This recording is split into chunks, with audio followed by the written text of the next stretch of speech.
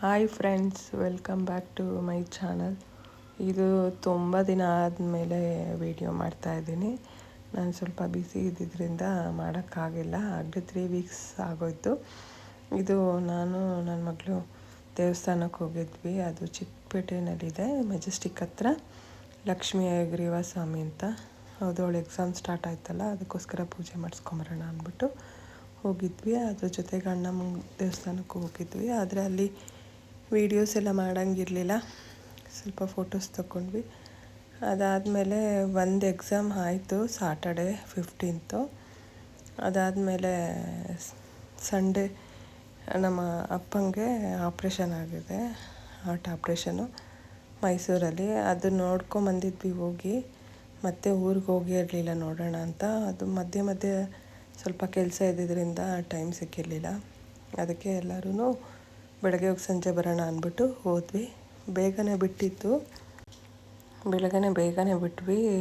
ಒಂದು 6:37ಗೆಲ್ಲ ಹೋಗ್ತಾ ಅಂದವೇ ವೈಶಾಲಿ ಹೋಟೆಲಲ್ಲಿ ಬ್ರೇಕ್ಫಾಸ್ಟ್ ಮುಗಿಸ್ಕೊಂಡು ಹೋಗೋಣ ಅಂತ. ನಾನು ಸಂಕಷ್ಟಿ ಇದ್ದಿದ್ದರಿಂದ ನಾನೇನು ತಿನ್ನೋಂಗಿರಲಿಲ್ಲ, ಉಪವಾಸ.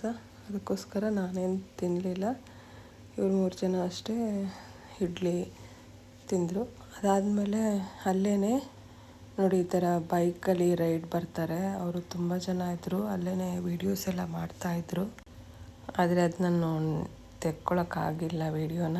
ಕೆಲವು ವೀಡಿಯೋಸ್ ಎಲ್ಲ ಚೆನ್ನಾಗಿತ್ತು, ವೀಡಿಯೋಸ್ ತೆಗಿತಾಯಿದ್ರು ಅವರೇ.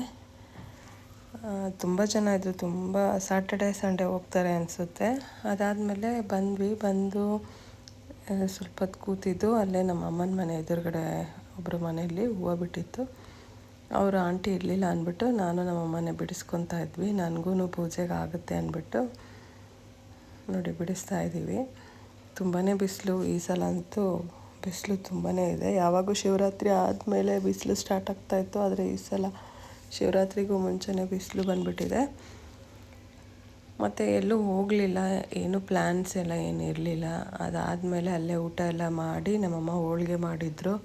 ತೃತಿಗಾನ ಬರ್ತಾರೆ ಅಂದ್ಬಿಟ್ಟು ಹೋಳಿಗೆ ಎಲ್ಲ ತಿಂದು ಊಟ ಎಲ್ಲ ಮುಗಿಸಿ ಮತ್ತು ಬೇಗನೆ ಬಿಟ್ಬಿಟ್ವಿ. 2:30, 3 o'clockಗೆಲ್ಲ ಬಿಟ್ವಿ. ನಾನು ಸಂಜೆ ದೇವಸ್ಥಾನಕ್ಕೆ ಹೋಗೋದ್ರಿಂದ ಬೇಗ ಹೋಗೋಣ ಅಂತ ಹೊರಟ್ವಿ. ಜೊತೆಗೆ ಟ್ರಾಫಿಕ್ ಆಗಿಬಿಡುತ್ತೆ, ಈವ್ನಿಂಗು ಲೇಟ್ ಆಗುತ್ತೆ ಅಂತ ನಾನು ಮನೆಗೆ ಬಂದು ಮತ್ತು ದೇವಸ್ಥಾನಕ್ಕೆ ಬಂದೆ. ಅಲ್ಲೇ ನಮ್ಮ ಮನೆ ಹತ್ರನೇ ಗಣೇಶನ ದೇವಸ್ಥಾನ ಇದೆ. ಅಲ್ಲಿ ಪ್ರತಿ ತಿಂಗಳು ಇಲ್ಲೇ ಬರ್ತೀನಿ, ಯಾಕೆಂದರೆ ಇಲ್ಲಿ ಫ್ರೀ ಆಗಿರುತ್ತೆ, ಆರಾಮಾಗಿ ಪೂಜೆ ಮಾಡ್ಬೋದು ಅಂತ. ಕತೆ ಎಲ್ಲ ಚೆನ್ನಾಗಿ ಹೇಳ್ತಾರೆ. ಈ ವಿಡಿಯೋ ಇಷ್ಟ ಆಗಿದ್ದರೆ ಲೈಕ್ ಮಾಡಿ, ಶೇರ್ ಮಾಡಿ, ಕಮೆಂಟ್ ಮಾಡಿ. Thank you.